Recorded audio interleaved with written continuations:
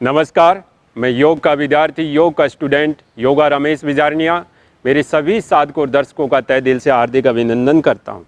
साधकों और दर्शकों, मेरे इस वीडियो में आज मैं आपको बताऊंगा कि हरड़ यानी हरितकी का मौसम के अनुसार और ऋतु के अनुसार आपको कैसे उपयोग करना चाहिए। हमने पहले एक वीडियो में हरड़ का चूर्ण बताया था कि आपको हरड़ का चूर्ण वर्षा ऋतु में कैसे उपयोग में लेना चाहिए।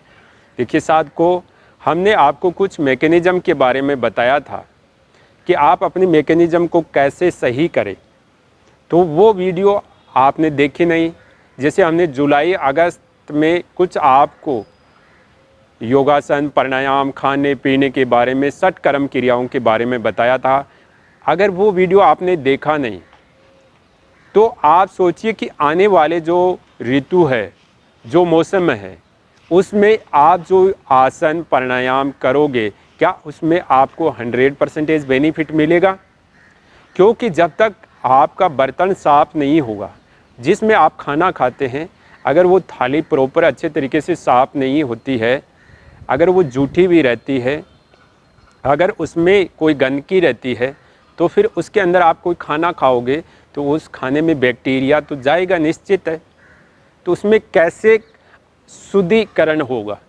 तो इसके लिए आपको ये पता होना चाहिए किस मौसम में, किस ऋतु में, किस जलवायु में आपको ऐसी कौन सी खाने पीने की चीज़ें लेनी चाहिए ताकि वो शरीर के अंदर जाके आपके संपूर्ण शरीर का अच्छे तरीके से शुद्धिकरण कर दे, शोधन कर दे। अगर आपने शोधन और शमन नहीं किया शरीर के अंदर, तो आपके शरीर के अंदर एक अच्छे रसायन का निर्माण नहीं होगा। हमारे महर्षि ऋषि मुनियों ने हमको प्रॉपर अच्छे तरीके और ढंग से ऋतुओं के बारे में बताया था। हमारे आयुर्वेद दर्शन में बहुत अच्छे तरीके से ऋतुओं को एक्सप्लेन किया गया है और दिनचर्या का एक्सप्लेन किया गया है, लेकिन हमारे ही लोग हमारी संस्कृति को आगे एजुकेशन में नहीं जोड़ रहे हैं। आने वाले समय में प्रत्येक युवा के सामने हेल्थ को लेकर प्रॉब्लम और समस्या उत्पन्न होगी कि वो अपना फिजिकल कैसे अच्छा करे, अपना शारीरिक स्वास्थ्य कैसे स्वस्थ और निरोग करे। ये समस्या 10 साल 15 साल में बहुत भयंकर रूप से उत्पन्न होगी। क्यों होगी? ये हमारे ही लोगों के कारण उत्पन्न होगी। क्यों नहीं सोचा कि आने वाली जनरेशन को क्या ऐसी बातें बताई जाए ताकि वो फिजिकल और मेंटल यानी शारीरिक और मानसिक स्वास्थ्य से स्वस्थ और निरोग रहे। वो चीज़ें हमने हमारे एजुकेशन और शिक्षा प्रणाली में हमने नहीं जोड़ी है, वो जोड़ना बहुत ज़रूरी है। और साधकों, आपको ये पता होना चाहिए कि शरीर का शोधन, शरीर का शुद्धिकरण षट कर्म और पंचकर्म क्रियाओं के द्वारा कैसे किया जाना चाहिए और किस मौसम और किस ऋतु के किया जाना चाहिए। अगर फिर आप कोई आयुर्वेदिक रसायन का सेवन करेंगे, फिर आप आसन प्राणायाम करेंगे, तो उसका 100% आपके शरीर के अंदर के ऑर्गन को मिलेगा। अन्यथा आपके शरीर के अंदर के ऑर्गन धीरे धीरे कमज़ोर हो जाएंगे ज़्यादा आसन करने से, क्योंकि आपके शरीर के अंदर पहले से ही गंदगी जमा है और शरीर का पहले से ही जमा गंदगी का कारण आपके शरीर के ऑर्गन को नुकसान हो रहा है। तो ये जानना आपके लिए बहुत ज़रूरी है कि शरीर का शुद्धिकरण किस मौसम और ऋतु में करना चाहिए। अगर ये नहीं जानोगे तो आप कितने ही आसन कर लेना, आपके शरीर में कोई फ़ायदा नहीं होगा, क्योंकि आप जिस थाली में खाना खाते हैं उस थाली को अच्छे तरीके से साफ़ करना आपकी जिम्मेदारी है। और वो थाली अगर अच्छे तरीके से साफ़ होगी, अगर उसमें फिर बाद में खाना खाओगे तो वो खाना आपके लिए एक पौष्टिक के रूप में काम करेगा और वो खाना शुद्ध खाने के रूप में आपके शरीर के अंदर जाएगा। तो इसी तरीके से आपके शरीर के अंदर के ऑर्गनों को आपको साफ़ करना ज़रूरी है। वो जब साफ़ करोगे जब आप प्रॉपरली स्टेप बाय स्टेप चलोगे, क्योंकि आयुर्वेद को साथ में लेना बहुत ज़रूरी है और षट कर्म पंचकर्म क्रियाओं को साथ में लेना बहुत ज़रूरी है। अगर ये साथ में नहीं लेकर चलोगे तो आने वाले समय में जैसे आप आसन प्राणायाम करोगे उसका बेनिफिट आपको नहीं मिलेगा। जैसे शरद ऋतु चल रही है, अब शरद ऋतु में क्या होता,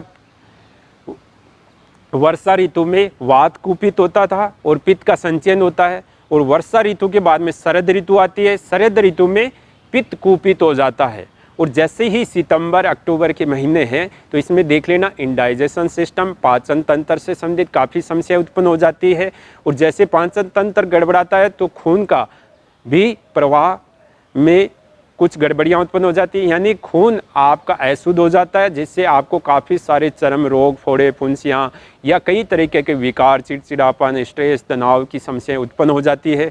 तो इन चीज़ों को आप कैसे सही करेंगे जब तक आप इन चीज़ों के बारे में नहीं जानोगे। तो शरद ऋतु में आपको हमेशा हल्का खाना, सुपाच्य भोजन का सेवन करना है और तामसिक वाली चीज़ों का जैसे उड़द की दाल हुई, जैसे लहसुन ज़्यादा सेवन नहीं करना है, ज़्यादा तेलीय चीज़ों का आपको सेवन नहीं करना है शरद ऋतु में। इस बातों का ध्यान रखें। जो चीज़ें प्रोटीन वाली है उनको आपको शरद ऋतु में बिल्कुल इग्नोर कर देना है, उनका सेवन बिल्कुल नहीं करना है। ये बात का ज़रूर ध्यान रखें। और साथियों, आज हम आपको बताएंगे कि हरड़ का मौसम के अनुसार कैसे सेवन करना चाहिए, किस महीने में किस प्रकार सेवन करना चाहिए। देखिए, ये सारी चीज़ें हम जब बता रहे हैं कि इन चीज़ों के लिए हमने तपस्या करी है, साधना करी है, तभी जाकर ये चीज़ें हम बता रहे हैं। ऐसे नहीं है कि हमने कोई बुक्स में से पढ़कर आपको बता रहे हैं।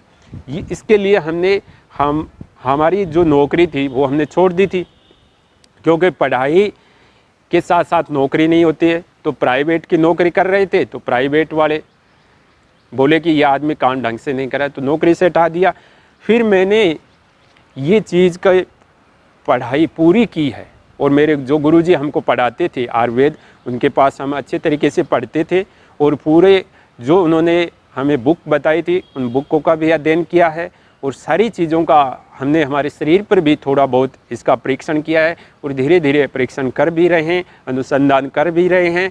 तो इस किताब का नाम है द्रव्य गुण सिद्धांत, यानी हमने द्रव्य गुण सिद्धांत और वैसज्य कल्पना हमारे सिलेबस में है जिसको हमने पढ़ा है। और द्रव्य गुण सिद्धांत में हरित की रसायन के बारे में बताएं, जिसको हम टर्मिनेलिया चेबुआ भी बोलते हैं इंग्लिश में, और इसका कुल होता है कॉम्ब्रेट टेसी। और इसके अलग नाम होते हैं हरित की अभ्या, पथ्या, हरे, हरड़, हरडे, इस तरीके से इसके काफ़ी नाम होते हैं। और इसका किस मौसम और किस ऋतु में आपको उपयोग करना चाहिए इसका हम आपको बता देते हैं। देखिए, वर्षा ऋतु में हरड़ का उपयोग सेंधे नमक के साथ करना चाहिए, जो हमने वीडियो काफ़ी महीनों पहले आपको बता चुके थे, हरड़ का चूर्ण। लेकिन आप देखते नहीं हैं, आपको चाहिए तुरंत समाधान। आप क्या है, महर्षि ऋषि मुनियों के जो हमारे बुजुर्गों ने सिस्टम बनाया है उसको फॉलो नहीं करना चाहते। आज का इंसान इसलिए दुखी है क्योंकि वो अपनी क्रिएटिविटी को ज़्यादा इम्पोर्टेंट दे रहा है, यानी अपने द्वारा जो बनाई हुई चीज़ें हैं, भौतिक सुख सुविधाएं, उनको ज़्यादा एक्सेप्ट करता है, उन पर ज़्यादा विश्वास करता है, तभी जाकर वो कई रोगों और बीमारियों से पीड़ित हो चुका है। और शरद ऋतु में शर्करा के साथ ही आपको उपयोग करना चाहिए। जैसे ये शरद ऋतु चल रही है तो इसमें हरड़ का उपयोग शर्करा के साथ या मिश्री के साथ उपयोग कर ले तो ये आपके लिए बहुत लाभदायक गुणकारी होगी।